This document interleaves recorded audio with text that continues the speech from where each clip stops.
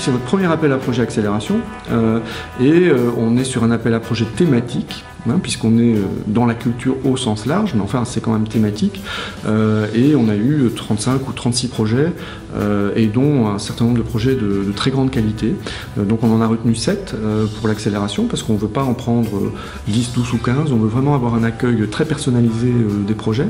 On les a présentés aujourd'hui, et effectivement on est dans l'innovation, et c'est toujours grisant. La salle était bondée tout à l'heure, ce matin, et de voir cette créativité, cette innovation, et puis beaucoup de gens se disent ah ben oui, mais il suffisait d'y penser, et ils y ont pensé.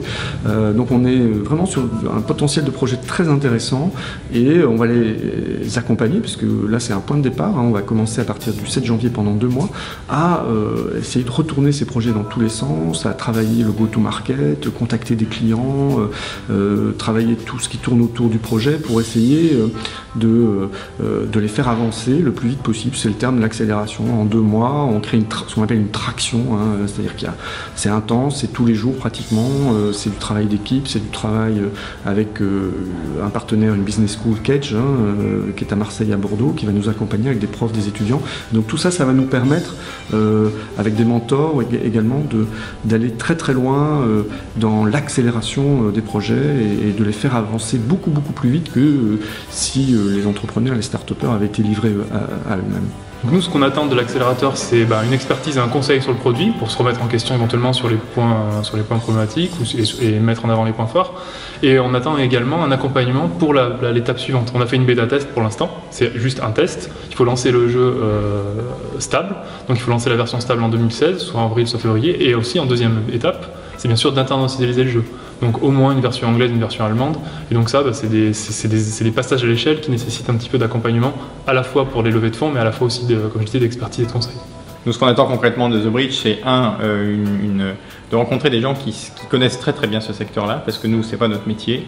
Donc le numérique, on n'en connaît pas les termes, on n'en connaît pas les usages, on ne sait pas exactement comment ça fonctionne. On sait faire la chose, puisqu'on l'a faite, on sait qu'elle fonctionne, mais après on a besoin d'être accompagné pour le développer, pour le structurer. On a besoin de réseau, ça c'est très important.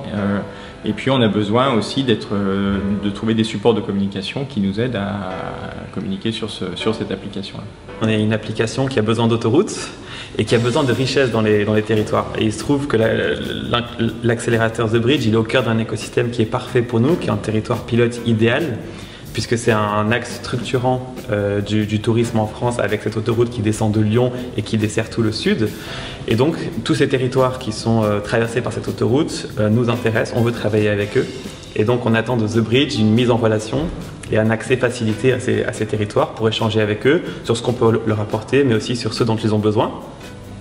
Et puis, comme vous l'avez compris, The Bridge, c'est vraiment à la croisée des chemins entre le tourisme et la culture. Et il se trouve que Why Not, c'est exactement ça, puisque c'est une application qui, au début, est touristique, mais avec des contenus très culturels, très orientés sur le patrimoine, la richesse des musées. Et donc, cette convergence des thématiques, elle est exactement ce qu'on recherchait avec cet accompagnement.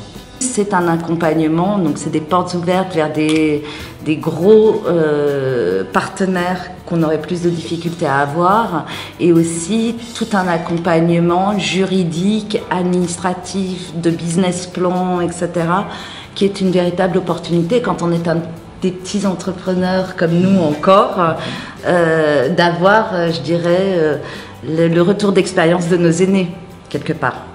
Pour nous, c'est une très grosse pertinence, The Bridge, parce que, voilà, au-delà de Microsoft Ventures qui intervient, Orange aussi, enfin voilà, tous les mentors déjà sont extrêmement qualifiés.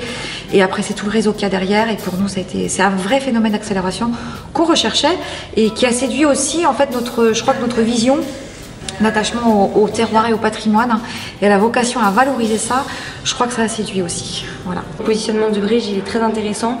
Allier la culture, quelque chose qui est important en France, avec la technologie, l'innovation, quelque chose sur lequel Microsoft a des forces. Voilà, on trouvait que ce positionnement était intéressant. et donc qu'il y avait quelque chose à faire à ce niveau-là. Ils ont bien réussi leur pari d'allier culture et technologie, ce qui n'est pas forcément évident.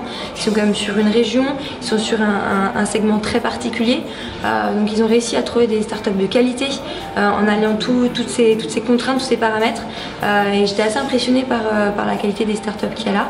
Donc oui, je vais être curieuse de voir comment ils vont être accélérés et puis comment ça va évoluer et ce que le résultat à la fin de l'accélération.